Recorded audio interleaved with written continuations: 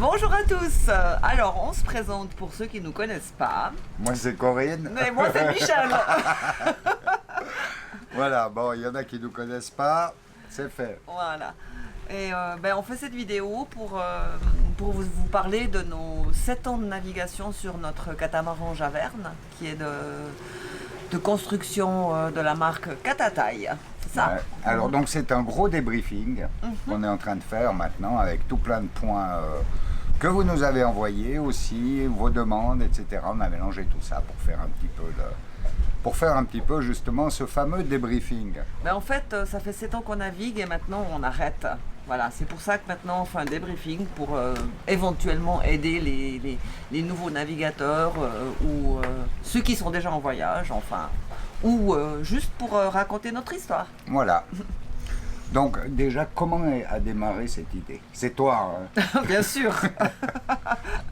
Non, Michel, il avait un rêve de partir en mer avec un bateau, peu importe lequel. On avait déjà un petit bateau sur le lac en Suisse, parce qu'on est suisse. Et on a fait beaucoup de navigation sur le lac Léman. Et ensuite, tu as passé ton permis mer. Permis hauturier suisse, oui. Que tu as également passé. Que j'ai fait aussi. Brillamment. Oui. Donc on a 2 permis hauturiers à bord. Ce qu'il faut dire, bon, on avait un petit Fantasia Jeannot 27 pieds sur le lac. On s'est vraiment éclaté sur le lac. Hein. C'était vraiment, on a passé chouette. un temps magnifique. Ouais. On a loué aussi beaucoup de bateaux pour nos vacances. On a pas mal loué, que ce soit monocoque au départ, cata par la suite. Après Corinne a dit, si on part, c'est sur un cata. Ça c'est sûr, hein. Voilà. Moi j'avais pas envie de vivre sur un voilier, hein, donc un monocoque. Donc c'était catamaran, c'était obligé. Un cata. Voilà, c'était la condition sine qua non. Suite à ça, on a loué justement différentes marques de catamarans différents. Qu'est-ce qu'il y a eu? Il y a eu Privilège, il y a eu Lagoon, il y a eu Nautitech, il y a eu... Bali. Non, Bali c'est... oui, Katana. Non, ouais, Katana. C'était pas Bali, ouais, Ouais. c'était Katana à l'époque. Ouais, c'est un peu ce que... Voilà, ce c'était qu'on a pour nous loué. faire une idée comment était la vie à bord sur un catamaran en fait. Bon, ce qui n'est pas du tout représentatif quand on part en vacances ou quand on vit réellement à bord d'un bateau. Mais ça, vous le comprendrez tout au long de ces vidéos qu'on va vous expliquer. Voilà, ça c'est clair. Ça nous a permis aussi de faire un grand listing des plus et des moins en fonction des marques louées. Et puis on en est arrivé au stade de dire, on avait une magnifique villa en Suisse, on avait 2 enfants qui sont hors du nid. Et puis, on a dit, maintenant, il faut qu'on trouve un bateau. Et puis, le bateau neuf était hors budget, ça c'est clair. Oui. Donc, on a commencé à faire la recherche d'un catamaran d'occasion. Et puis, ce qui nous a été présenté, ça correspondait vraiment pas à ce qu'on avait en tête à ce moment-là. Et puis on s'est retrouvé c'était Multicoque Mag, l'ancien rédacteur en chef de Multicoque, qui nous a dit, mais il y a un petit chantier à Phuket qui fabrique du sur-mesure, prenez contact avec. Et de fil en aiguille, on en est arrivé au bateau qu'on a maintenant, donc le Catataille, 44 pieds, donc contact, email, discussion avec le chantier, qui était à l'époque tenu par un Malouin, Monsieur Hervé Le Touzet, très très sympathique au départ. Non, mais ça a toujours été, ça a toujours été très bien. Il y a eu des petits couacs, mais bon, ça c'est Ouais, une partie de la vie. C'est normal, voilà. Et puis, on a fait un tour en Thaïlande et puis on a été voir un petit peu ce qu'ils proposaient. Signature du contrat et puis démarrage de la construction du Qatar qui a été prévu sur 2 ans au départ. Mais au final, il a duré 3 ans, à 1 mois près. Donc on est arrivé en janvier 2017 pour prendre possession de notre bateau à Phuket. Et il était pas fini malheureusement. Donc on a encore attendu 11 mois dans un petit appart-hôtel. Et puis ça nous a permis de bien découvrir Phuket, de faire nos achats futurs pour équiper notre bateau. De partir même en mer sur Phuket avec des bateaux copains, qui avaient aussi des bateaux Catataille. Voilà. Un petit clin d'œil à Piu et Sylvie, et puis à Olivier et Ginette. Michel. Michel Ginette. Et Ginette, qui nous ont emmenés en attendant qu'on patiente la fin du construction de Javerne. Le choix du bateau, enfin le choix du plan a été trouvé, donc en discussion avec le chantier bien entendu. Donc nous avions les plans qui nous ont été présentés, et puis sur ces plans, l'intérieur, on pouvait le moduler vraiment comme on voulait. Donc ça a été magnifique de pouvoir échanger avec le chantier en disant je veux une table à cartes dans le sens de marche, on veut un retour sur la cuisine, on veut une vraie cuisinière, on veut un lave-linge, on veut que la table soit convertible en lit. Le carré en lit.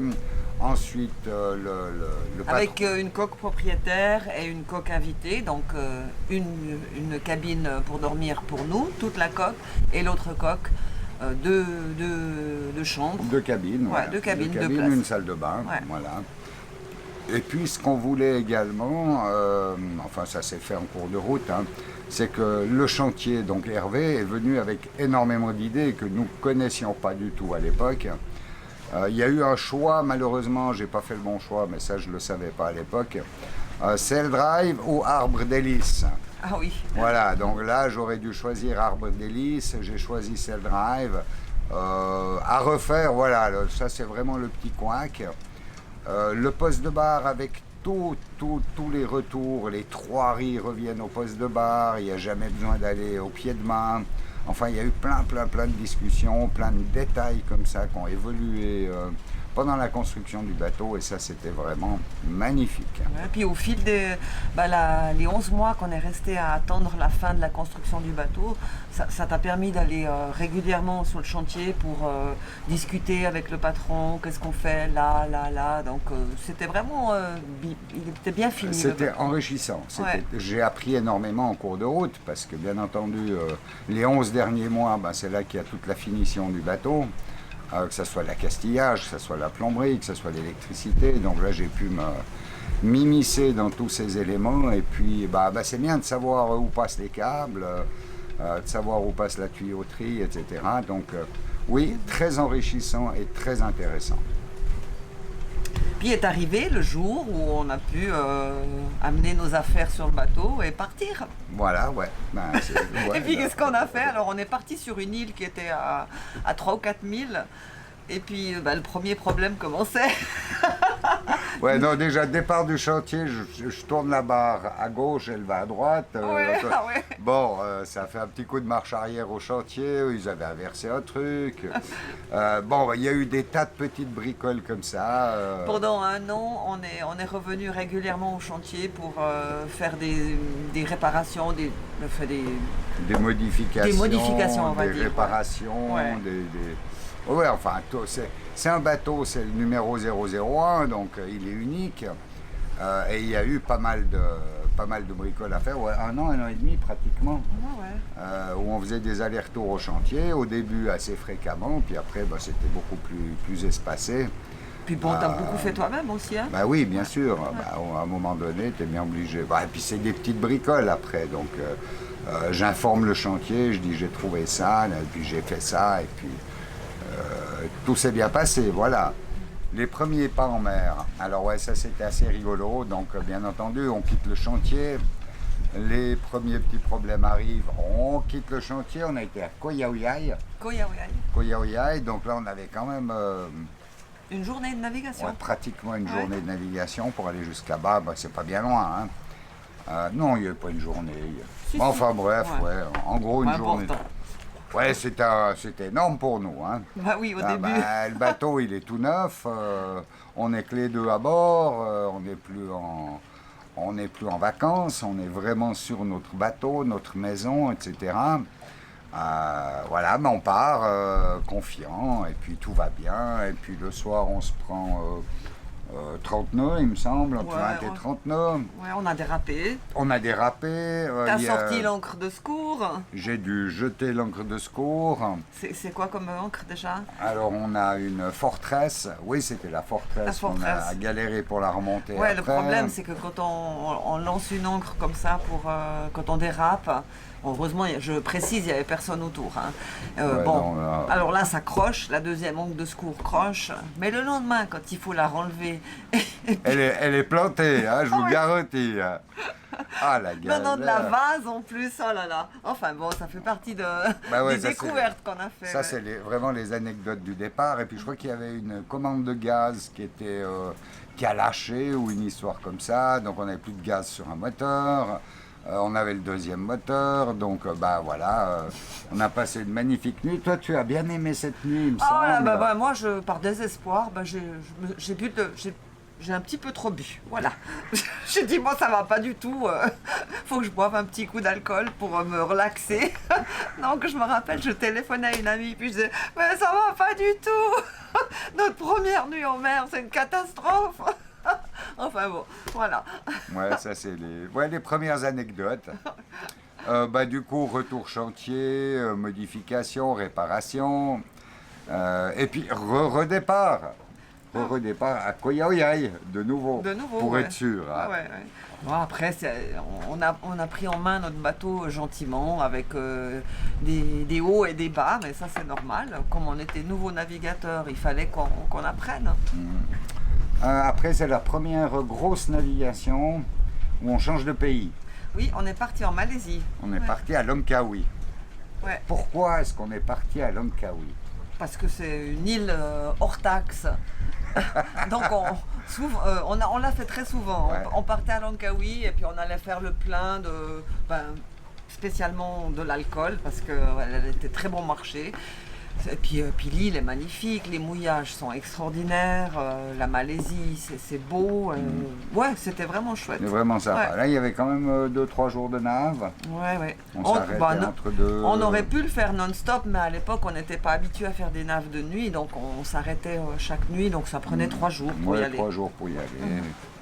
Le petit arrêt à Korok, Ouais, très joli. très très bon. Ouais, ouais. ouais, avec des fonds marins magnifiques. Ouais, vraiment Ouais. très très bon. On allait... Et puis bon, bah, il fallait quitter le pays au bout de 3 mois hein, aussi. La Thaïlande, c'était maximum 3 mois. Donc on quittait pour Langkawi pour aller faire le plein et puis on revenait avec un visa tout frais pour la Thaïlande. Quoi, voilà. Ouais. Le bateau avait droit à 6 mois de rester dans le pays, mais nous, en tant que personne, c'était 3 mois. Ouais, c'est ça. Après ça, on est parti où? Ben, on était en Malaisie, on est revenu sur Phuket, on était en Malaisie, on est revenu, et puis une fois... Oh là là!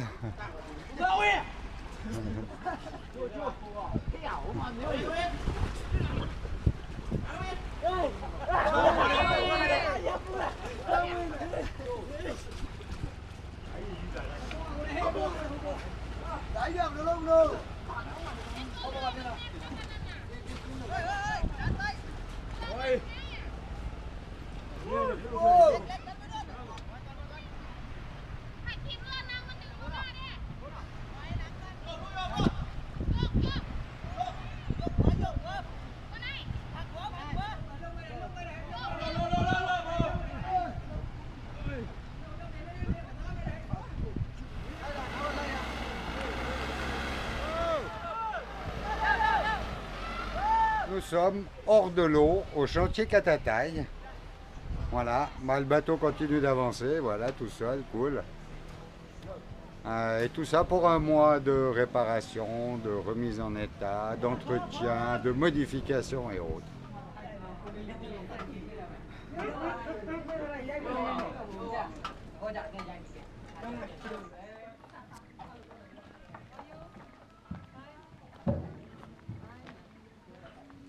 Une fois, on s'est dit, bah, c'est bon, là, cette fois, on part. On part pour la côte est de la Malaisie parce que la saison en Thaïlande. On arrivait à la saison des pluies, Voilà. ouais, donc il faut changer de côté. Ouais, en avril, mai, la saison des pluies commence sur Phuket, donc on fait le tour de la pointe de Singapour et on remonte de l'autre côté est, et là il fait de nouveau beau pour 6 mois, donc on est parti pour faire cette navigation.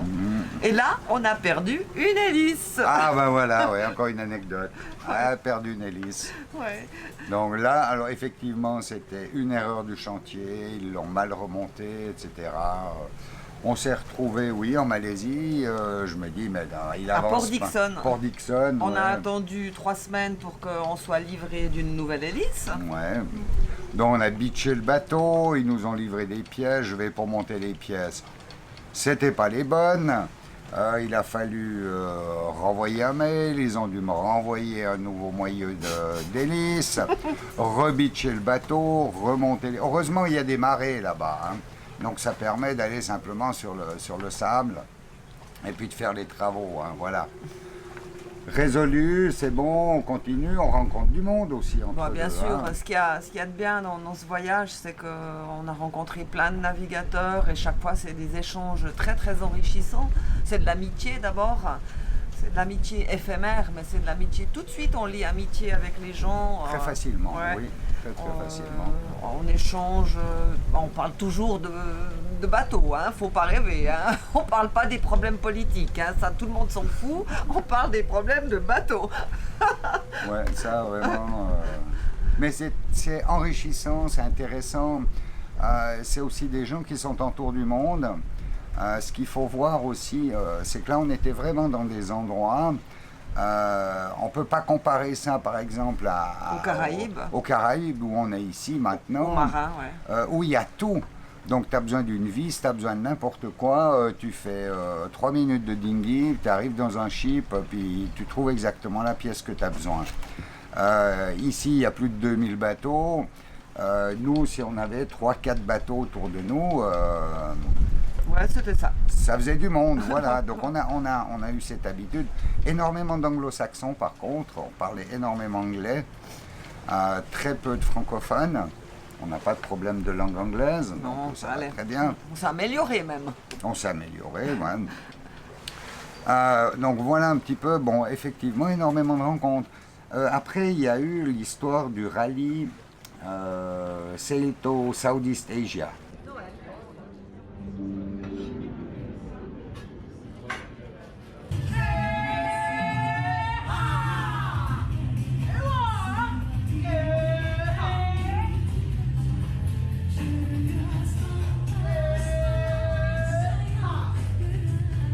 Oui. Donc c'était une organisation donc pour passer de la Thaïlande, de passer toute la... pour finir du côté de Bornéo. Donc c'est en gros les gens qui partaient de Thaïlande et qui rentraient en Australie. Voilà un petit peu la route à suivre. Et puis, on s'est inscrit à ce rallye parce que ça nous permettait de rencontrer du monde, ça permettait aussi de naviguer dans des endroits où on n'avait jamais été. Donc, voilà. comme on était tout nouveau sur notre bateau, c'est rassurant de partir avec en flottille, ouais, un groupe. Ouais. Voilà, ouais. Et puis, on a été, on est parti de Tioman. Non, on est parti de Puteri. Donc de l'autre côté de Singapour. Oui, ouais. Donc là, on a traversé justement le fameux le Singapour, quoi, ouais. tout le passage des cargos et toutes ces choses. Très impressionnant. Hein, Corinne a beaucoup aimé. Non, moi j'avais le trouillomètre à 0. Hein. Ces cargos, c'est immense, ils vous passent à 50 mètres à une vitesse folle. Ouais. Et nous, on doit faire ce passage de l'ouest à l'est de Singapour en 12 heures.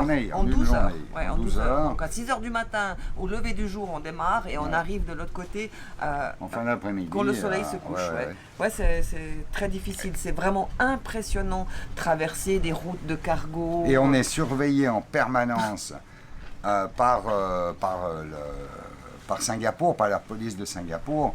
qui nous disent attention, là tu dois te remettre dans le chemin, on a une ligne bien précise à suivre, on peut pas aller n'importe où. C'est vrai. Voilà quoi, donc c'était impressionnant la première fois de faire justement ce passage qu'on a fait plusieurs fois au final, on l'a fait 4 fois ou 5 fois. Ouais.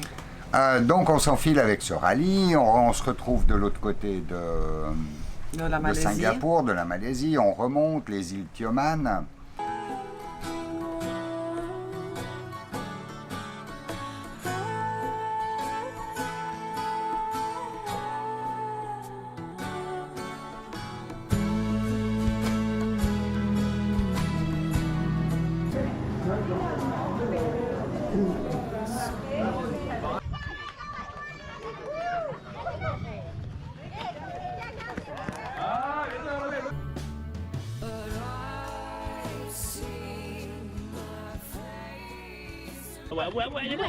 Hati-hati besar ni, Dek.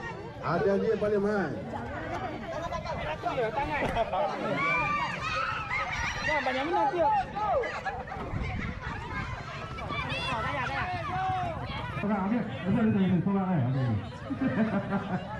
We have to be all on the same side. All on the same side. And put your leg larger than this. Okay? And pull your arm straight. Straight.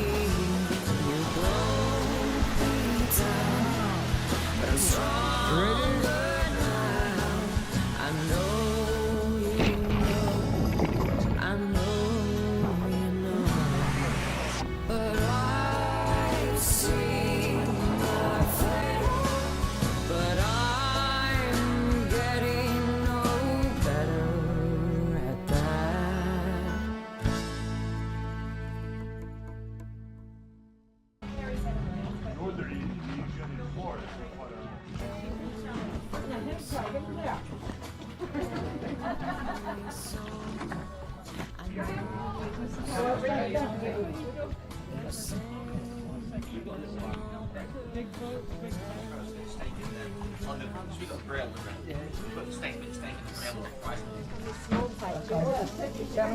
Brown that, isn't it? Yeah.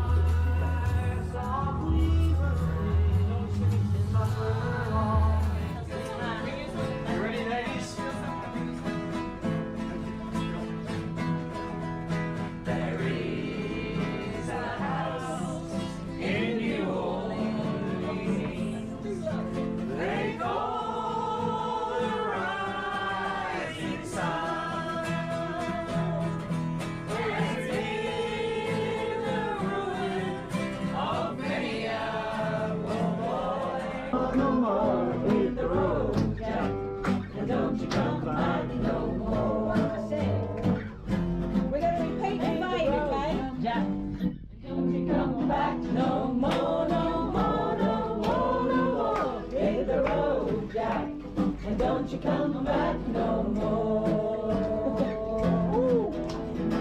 What do you say? Don't you come back no more.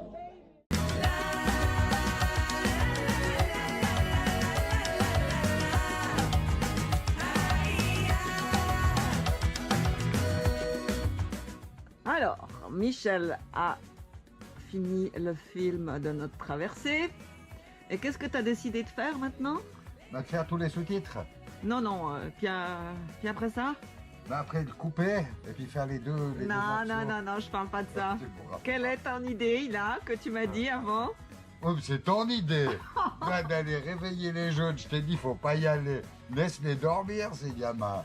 Oh, mais toi, tout de suite, hein, il fallait que tu... Non, mais quand même, horrible. Laisse-les dormir. Non mais qui va te croire?